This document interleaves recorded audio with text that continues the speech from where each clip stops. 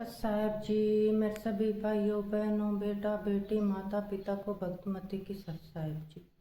तो आज हम सुनेंगे संत रामपाल जी अमृतवाणी में अमृत सत्संग। जब भी हमारे पास टाइम हो हमने गुरु परमात्मा जी के सत्संग सुनते रहना।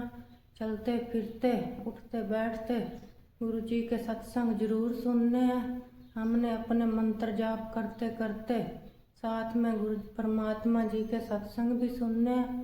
तब भी हमें इस धरती पर भी लाभ मिलेंगे और मोक्ष भी मिलेगा। तो सुनते हैं सभी भाई बहन बेटा बेटी माता पिता मिलजुल करके सत्संग संत रामपाल जी महाराज की सत साहेब जी। कार है, कोठी है, पैसा है, उसने पिछले जन्म में धर्म घना किया हुआ है, दान किया हुआ है। और जिसको ये भक्ति प्राप्त हुई है, उसके पास धन नहीं है, गरीब व्यक्ति है, निर्धन है, उसने पिछले जन्म में दान नहीं किया।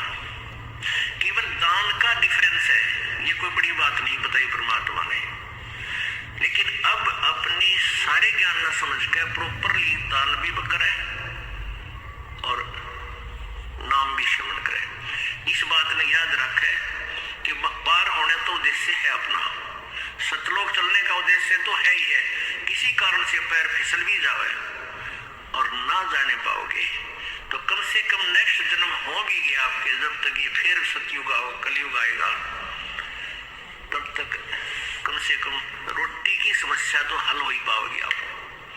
इस दृष्टिकोण से भी आपने दान करना चाहिए। और फिर ये 500 यज्ञ भक्ति रूपी फसल में ये खाद और सिंचाई का भी कार्य करती है। इस उद्देश्य से भी इसमें पीछे नहीं रहना चाहिए।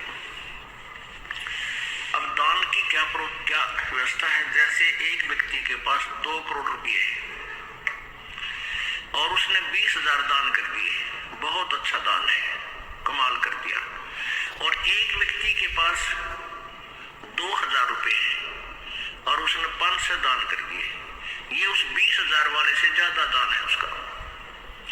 तो पुण्यात्मा इस दृष्टिकोण से, लेकिन दोनों ही दान करने वाला सच्ची श्रद्धा से और बगैर किसी इच्छा से। उसके एक तो हम दान करते हैं प्रतिफल की इच्छा करके, प्रतिफल कि भाई मेरा ये हो जा, छोरा नौकरी लग जा, लड़का नौकरी लग जाए, एक पाठ कराऊं, या भैंस ठीक पैसे की बिक जाते एक पाठ कराऊं।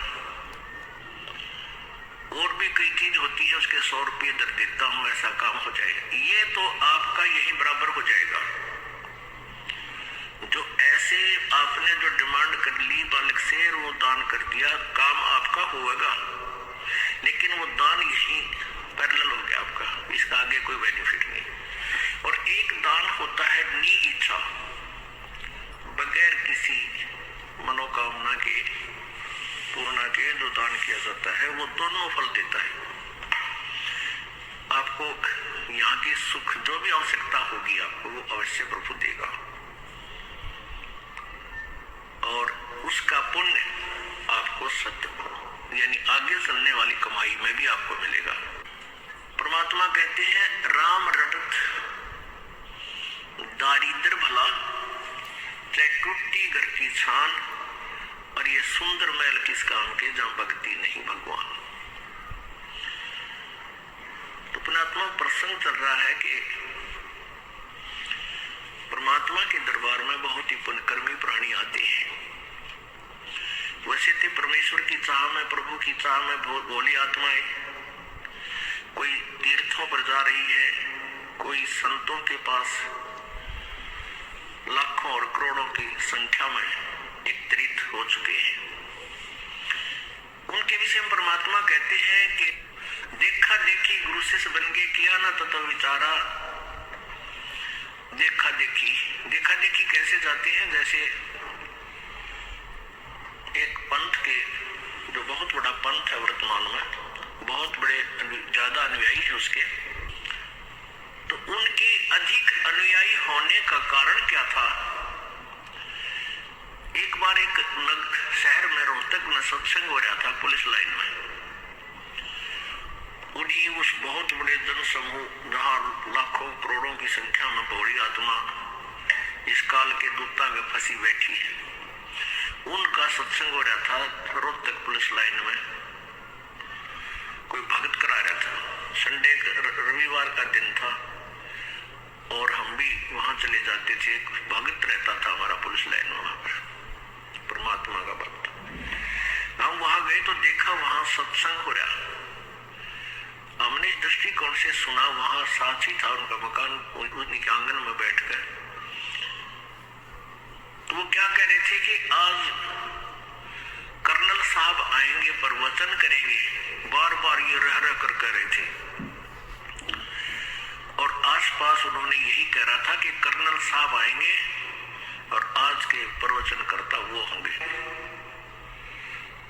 तो जब वो आम व्यक्ति ये सोचता है कि ये कर्नल साहब यहाँ आए हैं, तो ये तो बहुत बड़े बुद्धिमान समझदार व्यक्ति हैं, इन्होंने ज्ञान को समझा है और ये फिर आगे बता रहे हैं, इसलिए हमें कोई शंका की गुंजाइश नहीं रही कि जहाँ ऐसे अधिकारी अफसर भी यहाँ आए हैं। तो वो भोली आत्मा काल के जाल में न्यों फंसती चलेगी। ये उस कर्नल साहब ने अपनी मिलिट्री के बारे में तो जानकारी हो सकती है, लेकिन अध्यात्म ज्ञान को वो क्या जाने। जैसा भी रंग उस नकली गुरु ने रंग दिया, उस भोली आत्मा ने स्वीकार किया और आगे फिर वक्ता बन गया। आप तो जीवन बर्बाद कर ही रहा है और लाखों हजारों की संख्या में काल के जाल में फंसाने का अपराधी और बन गया। तो वहां ऐसे चलेगी ये भोली आत्माएं।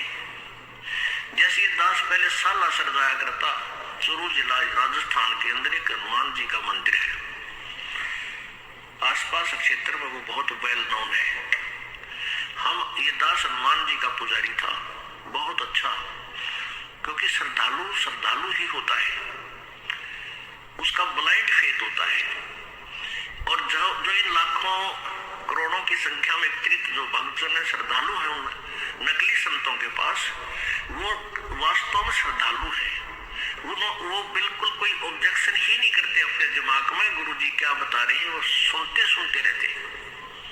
उन्होंने उन नकलियों पर ब्लाइंड फेथ कर लिया, सतगुरु जानकर उनको सतगुरु मानकर ब्लाइंड फेथ कर लिया। और वो है नकली, उनको कहेगा भी नहीं पता। तो उस श्रद्धा की भावना का दुरुपयोग कर लिया उन काल के दूतों ने और लाखों करोड़ों बड़ी आत्माओं को काल के मुंह में उलझा दिया। ये दास जब वहां जाता था सालासर गांव, उस शहर में, उस नगर में, गांव है ग्राम सा छोटा, तो वहां क्या देखा करते, यहाँ की महिमा कि भी ये राजस्थान का मंत्री आ रहा है, ओ हो कोई फिर तड़ कमाल की बात है। ये हरियाणा का सिरसा से मंत्री आ रहा है, ये एमएलए आया हुआ है। उनकी गाड़ियां खड़ी होती, कोई गनमैन होते तो वो बताते थे। तो हम ये सोचते थे भाई फिर तो यहाँ कुछ ना कुछ बात जरूर है। अब बताइए, हमारा पैमाना था नापण का भक्ति और भगवान का, क्योंकि अज्ञान से परिपूर्ण थे, श्रद्धा गणी थी, चाह ज्यादा थी मालिक की, इसलिए अपनी अटकलों पर आप अटक कर खड़े हो जाते थे। यही भक्ति होती होगी। और वहां के भक्ति हुआ करती, एक सूखा नारियल और एक इतना कपड़ा लाल लंगोट, वो बोला करते उसका ध्वजा। उस नारियल ने गधे नहीं खाए, ना उसमें गिरी, कति सूखा खड़ग, और वो चढ़ाया करते बाबा जी के माथे पे मारते। नो, वह इतनी बूढ़ी मूर्ति मंदिर में रखी और शकल की भी कोई ना डंकी बासी आओ बता के पूजा करते। हम किसी दिमाग खराब हो रहे थे हमारे, और भीड़ हो जाती घनी, नो मारा करते, फेंक कर शर्म लगती भगवान हनुमान गए की मूर्ति गए, और सफल हो जाते। वह ठीक है, हाजिरी लाइए बाबा जी। बाबा जी बैठा था, मेरे ठग बैठे थे, वो 500 नारियल लाते होंगे, 500 नारियल सूखे, और उनको उनको थोड़ी देर में फिर खिचड़ी भर के बोरियों में बाहर दुकानों पर सेल कर देते थे।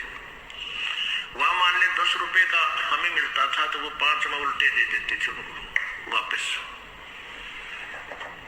ऐसे वहां उनकी बाबा जी की पूजा चल रही थी। अब बजरंगबली हनुमान जी ने पहलवान आदमी था, अच्छा घी दूध फल केले खाया करता और सूखे नारियल ने सिर में मारा करता और इतनी ध्वजा वो बांध दिया था कपड़ा उसके। तो ये पूजाएं थी। तो हमारा जो पैमाना था भक्ति के सतर को नापन का वो कति बेकार था। ऐसा ही सभी का है जब तक तत्व ज्ञान नहीं होता। तो पुण्यात्माओं, आपकी बहुत ही अच्छे पुण्य है जो आप मालिक को पहचान चुके हो। और जो देर में आवेंगे वो बहुत रोवेंगे, बहुत पछताएंगे, क्योंकि वहां बहुत अच्छी आत्मा गई हुई है, बहुत ही नेक आत्मा उनके जा फंसी। क्योंकि जिनको चाह भगवान की वो अच्छी आत्मा तो है। अब उन पंथों से वापस आ रही है और कति लुटपिट गए। ऐसा बताते हैं कि मेरे पास 4 ट्रक चला करते थे, 2 कार थी, अच्छा एक फैक्ट्री ला रखी थी और बड़ी श्रद्धा से प्रत्येक महीना हम उस गुरु जी के पास जाया करते थे जहां लाखों लोग इकट्ठे होते हैं। और आज घर में भी दुख, शरीर में भी कष्ट, वो ट्रक भी बिक वह कार भी बिक और शरीर में आपत्तियां नरी आएगी। अब यही बात है कि जब तक हमारे पुण्य चलते हैं, पिछले संस्कार के जो अच्छे हैं, जब तक उनका दौर चलता है तो जीव सुखी नजर आता है। और जो भी उसको लाभ हो रहा है वो हो रहा है प्रारंभ से। और वो सोचता है कि जैसे मैंने इस गुरुजी से उपदेश ले लिया, इस गुरुजी के कारण हो रहा है। अब फिर उनकी विरानमट्टी शुरू हुई, वो दुर्गति शुरू होगी। वो गुरुजी भी वही है और वो पूजा भी वही है। अब कैसे ये दुख क्यों आ गया? जबकि दुख तो सुख में परिवर्तित होना चाहिए। इतनी उनकी बुद्धि काम नहीं करती। वहां से फिर चलते हैं दूसरे गुरु के पास, फिर तीसरे के पास, फिर यहाँ भी पहुंच जाते हैं। यहाँ पहुंचने के बाद फिर उनकी चौंध टूटे, उनके मोतियाबिंद का ऑपरेशन होता है कि हम क्या कर रहे थे, तेरा गजब हो, जो कहाँ थे, सिर था ना पैर था उस भक्ति का। जो एक मंत्र जानते हैं वह कहते 2.5 घंटे सुबह बैठो, 2.5 घंटे शाम और समाधि लाओ। हलना नहीं, टहलना नहीं, खाज भी नहीं करनी की तो हो जाता है, नहीं तो डिस्टर्ब हो जाओगे। और फिर क्या होगा? बोला अंदर देखो, अंदर देखो, प्रकाश ही प्रकाश है, नूर ही नूर है। परमात्मा सतपुरुष कैसा है? वो तो निराकार है। फिर समाधि में के ढूंढेंगे, टट्टू ढूंढेंगे वह।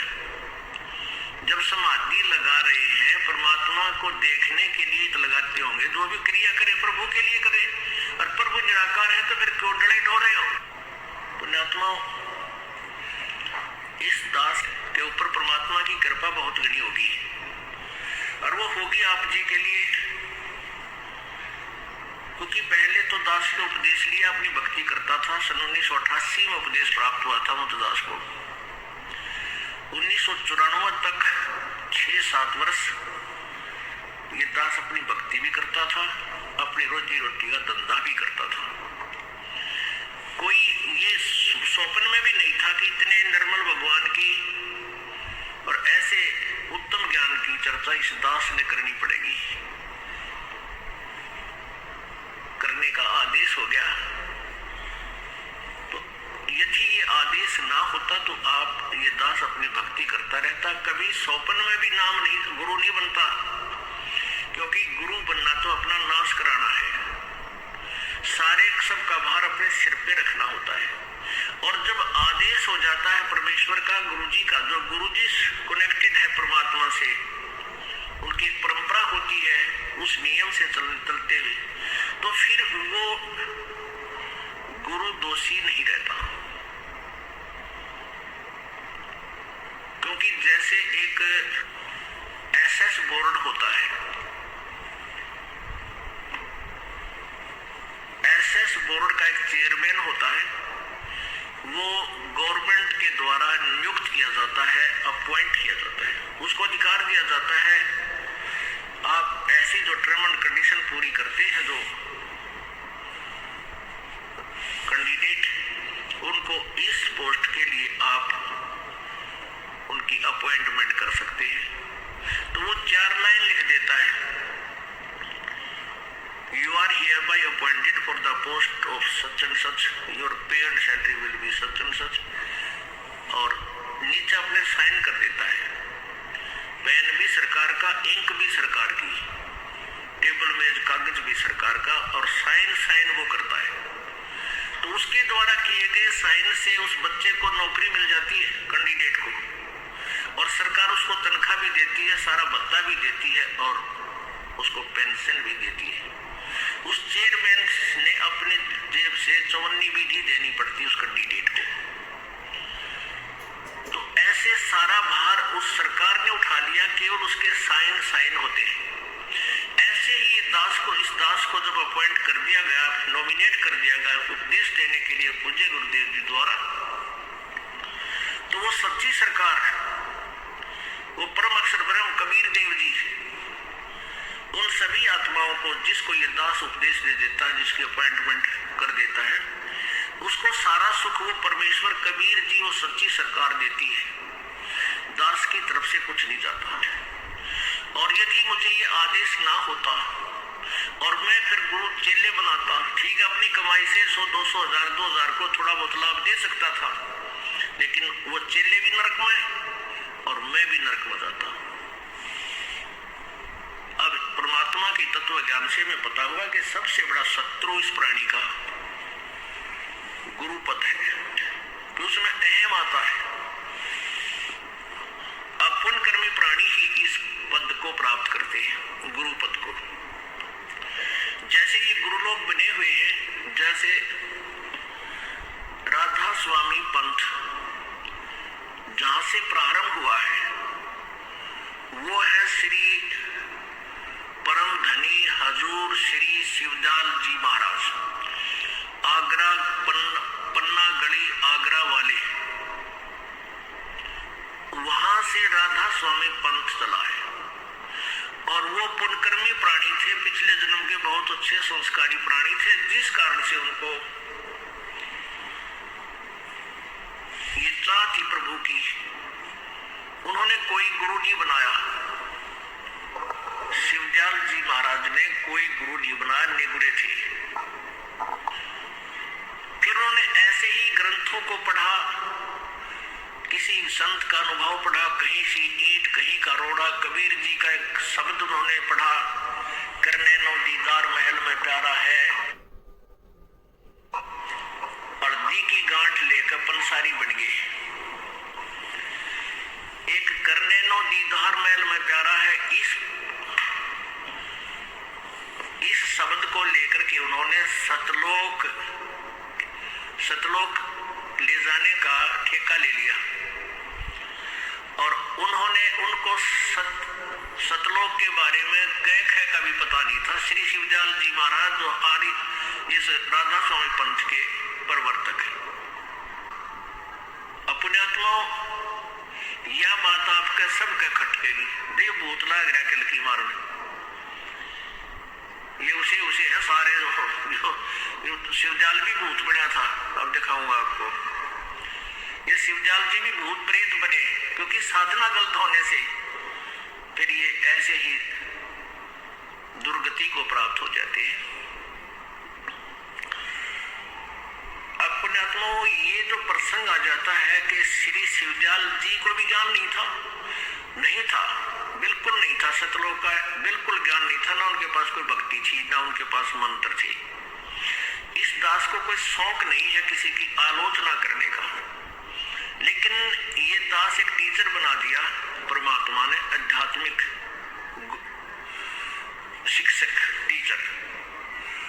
और एक टीचर का कर्तव्य बनता है, यदि बच्चे गलत ज्ञान ग्रहण कर रखे हैं, उन्होंने सवाल गलत निकाल रखे हैं, उसको ठीक करावे। पहले के किसी अध्यापक ने कोई प्रश्न गलत हल कर रखा है और सभी बच्चों ने वो नोट कर रखा है और उसी का रट्टा लगा रहे हैं, और दूसरा अध्यापक आता है, उसकी नजर चढ़ जाता है कि बच्चे गलत जो है ना प्रश्न हल किए हुए हैं, तो उसको ठीक करा देता है, उसका प्रथम कर्तव्य बनता है। तो इस दास का प्रथम कर्तव्य है कि जो नकली गुरुओं ने आउट ऑफ सिलेबस पढ़ा रखा है, उसको सभी श्रोताओं को, सभी विद्यार्थियों को, प्रभु के चाहने वाले प्यारी आत्माओं को अपने सदग्रंथों के आधार से वो शास्त्र अनुकूल साधना का ज्ञान कराऊं। और फिर इस चीज का कैसे पता चलेगा भाई कौन सी गलत है, कौन सी ठीक है। अब ये दास राधा स्वामी पंथ वालों का भी साधना गलत बता रहा है, और धन धन सतगुरु वालों का भी सच्चा सौदा जो सिरसा वाले हैं, जगमाल वाले हैं, इनका भी गलत बता रहे हैं। वो गलत है तो बता रहा हूं, नहीं मुझे शौक नहीं। आज एक इतना फॉरवर्ड हो गया है समाज, मानव समाज, यदि कोई किसी संत के बारे में कोई भी टिप्पणी करता है तो उस पर मुकदमे शुरू कर देते हैं। लेकिन ये दास 10 वर्ष से यही आवाज लगा रहा है, किसी की हिम्मत नहीं पड़ती बचाओ कोर्ट का दरवाजा खटखटा दे। हाँ, बदनाम जरूर करने लगे, गुंडा है, बदमाश है, चोर है, उस आश्रम में बकवाद करते हैं। अब उनके पास ज्ञान तो रहा नहीं, फिर और क्या बोल रहे हैं। उनका उद्देश्य यही है कि जनता वहां जावे नहीं, रामपाल से नफरत करे, कहीं तुम्हारी पोल ना खुल जाए। तो ये कितने दिन तक चलेगी उनकी? अब ये चाल ज्यादा नहीं चलेगी, क्योंकि वो शिक्षित समाज है, बहुत बुद्धिमान मनुष्य है, मानव है, और सब समझता है ये कौन से कहां बोल रहे हैं और वास्तविकता क्या है। अब ये दास अपनी जुबान से कुछ नहीं कहेगा, आलोचना नहीं कर रहा किसी की। जैसे एक बार किसी ने 1000 के नोट, 500 के नोट नकली छाप दिए, और सरकार ने क्या किया कि दोनों नोट, ओरिजिनल एंड डुप्लीकेट, दोनों टेलीविजनों में, समाचार पत्रों में प्रिंट कर करके दिखाए कि भी ओरिजिनल की ये पहचान है, डुप्लीकेट ऐसा होता है, सावधान रहना, कहीं लूट ना जाओ। तो क्या सरकार आलोचना कर रही थी किसी की? नहीं, एक बहुत बड़ा उपकार किया। गरीब आदमी जिसके पास 2-4 हजार रुपये और वह नकली हो, वो तो गया काम से। ऐसे ही पुण्यात्माओं, आपका जो धन बर्बाद हो रहा है, व्यर्थ हो रहा है, ये मनुष्य जीवन का जो धन है, इसकी कीमत इस तीनों लोकों के बराबर भी नहीं है, एक श्वास की। और आप इतनी हानि कर रहे हो, आपकी इतनी हानि हो रही है यथार्थ भक्ति ना करके। तो दास का कर्तव्य बनता है कि जगाऊं, दूर दूर तक जगाऊं। अब जैसे ये क्रोथा कांड होया, इस क्रोथा कांड का यही कारण था कि इस नकली महर्षि दयानंद की पोल खोल दी इस दास ने। और सत्यार प्रकाश नामक जो पुस्तक दयानंद जी ने छापी थी, अपना अनुभव लिखा है, तो उसको हम एक बहुत उत्तम पुस्तक माना करते, यानी वेदों से भी प्रथम उसको महत्व देते थे कि वेद हम नहीं पढ़ सकते। और महर्षि दयानंद जी ने वेदों का ही निष्कर्ष निकालकर सत्यार प्रकाश में डाल रखा है। यही हमारे लिए सफिशिएंट है, क्योंकि उन्होंने सरल करके इसमें लिख दिया बस, और वो वेदों को सत्य मानते हैं। इस दृष्टिकोण से हम इस नकली, इस सत्यार प्रकाश को, इस नकली ज्ञान युक्त, डुप्लीकेट ज्ञान युक्त, वेद विरुद्ध ज्ञान युक्त पुस्तक को उत्तम मानते थे, अपने सीने से लगा कर रखा करते थे। और जब इस दास की ज्ञान नेत्र परमेश्वर ने खोल दिए, तब उस दृष्टि से, ज्ञान वाली दृष्टि से देखा, और सदग्रंथों वाले तराजू में जब तोल के देखा, ये सत्यार प्रकाश तो एक अन्य का भी नहीं, पूरा वेद विरुद्ध ज्ञान से परिपूर्ण है। समाज नाश का इसके अंदर पूरा व्यवस्था है, सुधार तो 100 कोष भी नहीं है। तो इन लोगों ने 2003-4 से संघर्ष शुरू किया था। हमने समाचार पत्रों में सारा विवरण दे दिया, अपनी एड दे गए। तो तो बुद्धिमान व्यक्ति तो समझ जाते थे, लेकिन आम व्यक्ति ये सोचता था कि महर्षि दानव पर उंगली उठावा है, रामपाल पागल है। महर्षि दानव तो बड़े विद्वान पुरुष थे। एक सिद्धांत कथा के आधार से हमने उनको एक सुप्रीम जो है ना विद्वान मान रखे थे। अगर ये महर्षि होते तो दास के शर्मदर थी, भाई मैं इनको गलत कहूं, मेरे जैसा नीच नहीं जाए किसी महापुरुष के बारे में गलत शब्द बोला, जुबान कट जानी चाहिए, इतना पाप है इसका। तो ऐसी गलती दास नहीं कर सकता। तो उनके पास तो समाचार पत्रों में उनके कति पोल खोल दी, उनके पास कोई विकल्प नहीं रहा आर्य समाज के आचार्यों के पास।